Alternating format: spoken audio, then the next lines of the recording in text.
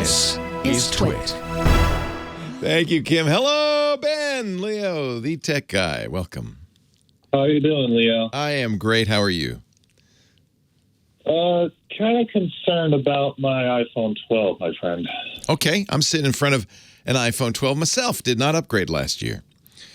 Yeah, mine's the Pro, and I got to tell you, it's been all right, but I'm kind of intrigued by what Apple announced this past week, and I don't know if it's worth or not upgrading to the 14 Pro from what I have, because I've had it for 2 years or so, probably, and when my dad and I bought it, we bought it with the, I was on a Pixel 4a before this 12 Pro, and I love my 12 Pro, don't get me wrong, but the thing is, I was hella intrigued by the new phone.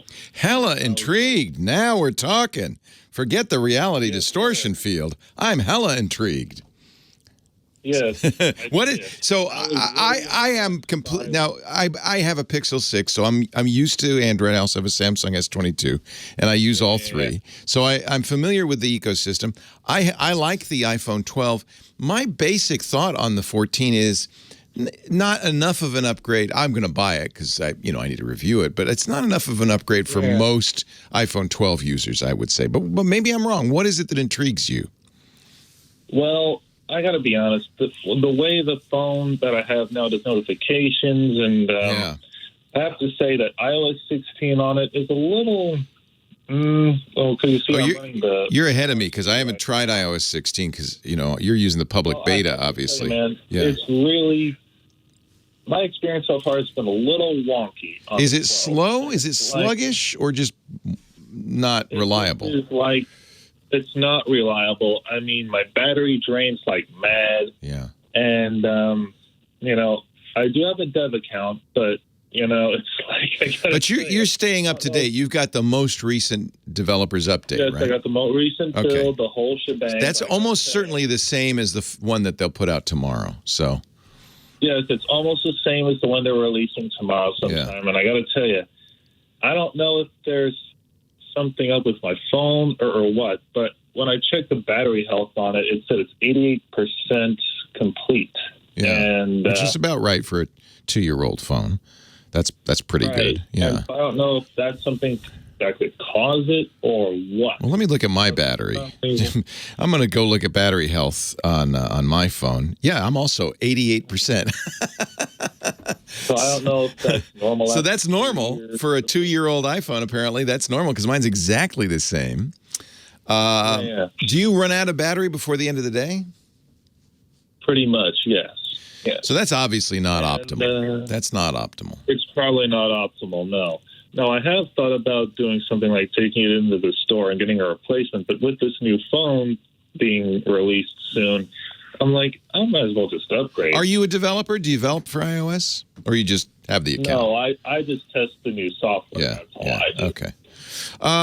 Because, I mean, that's a perfect justification, Yeah, sure. If you're looking for a justification, if you're looking for the Leo seal of approval, let me get my stamp out here. Good. Approved. Purchase approved. You could tell your wife. Purchase approved. Exactly. Well, I think every other year is not unreasonable. Here's what will be noticeably different and you're going to get, I presume, the Pro or the Pro Max. The Pro, probably, because I don't want to go overloaded. My dad's credit card. So the iPhone 14 and the iPhone 14 Plus do not have the dynamic island. They still have the notch that you and I have on our 12. I know. But the dynamic island, I think, is a very interesting user interface. That might be a reason to try the iPhone 14 Pro. The camera, I think, it's hard to say. Apple is so good at marketing. And my head is still floating around in the... I do a lot of pictures sometimes, and I do also film concerts with the video option. Well, the new video is, this is a funny thing. The big new feature of the video is not 4K, 60 frames or 120 frames.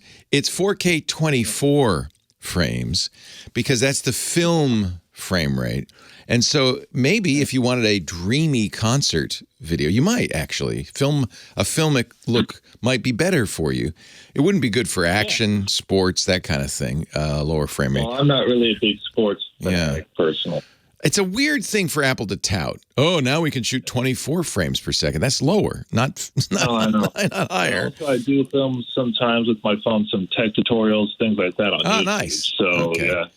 Yeah, I think here's the biggest camera improvement is 48 megapixels and the availability of Pro RAW, which is Apple's way of saying we're going to give you, if you want. Most of the time, what you'll get is a 12 megapixel image. They'll take the 48 pixels on the sensor and do something they call bin them, combine them to give you a very good quality, very good low light. For concert photos, believe it or not, low light is important because, as you know, even though they've got those bright lights, they're not. It's low light photography. So I think you're going to see a much improved, even with a 12 megapixel binning. They've got a aperture that's wider, and they have a new 2x mode as well for the telephoto. I think all in all, that might make a big difference if that's the thing that you're most interested in. I have taken some video and stuff on my 12 Pro. And I am just not really too pleased with it. So I think it would make sense in my regard, at least, to upgrade. This is one of the problems Apple has with being so good at marketing. When you actually get the phone, you go, oh, well, okay, it's nice. It's not going to change the world like Apple implies. And I think that's potentially the risk with getting this iPhone 14. I think in general, my advice is always, you certainly don't need to upgrade if your phone's only a year old. 2 years old, then it's your call. If it's 3 or more, then you will want it. So you're right. You're right in the cusp. You are using iOS 16. You say, I don't like it. It's not fast enough. Battery life's bad.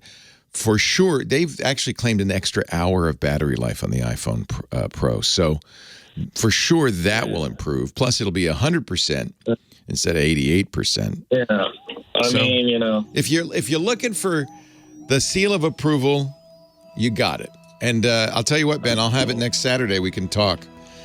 Leo Laporte, the tech guy. Sam Abul-Samad, car guy, next. I give you permission to upgrade. I gave you some reasons too, right? Gave you some reasons to upgrade. I have not tried iOS 16 yet, so I don't know. I don't know what it's, how demanding it is and everything. There's not a lot of new features, to be honest with you. Once you cut through all the hype, and Apple's the king of hype.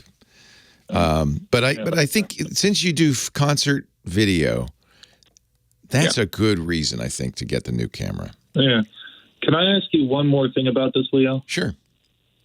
Well, I also went to T-Mobile last night and compared it to the Apple price, and Apple said I could get $669 or something back on it, and then I also, but I still had to pay the $10.99 or whatever it was towards this. Right.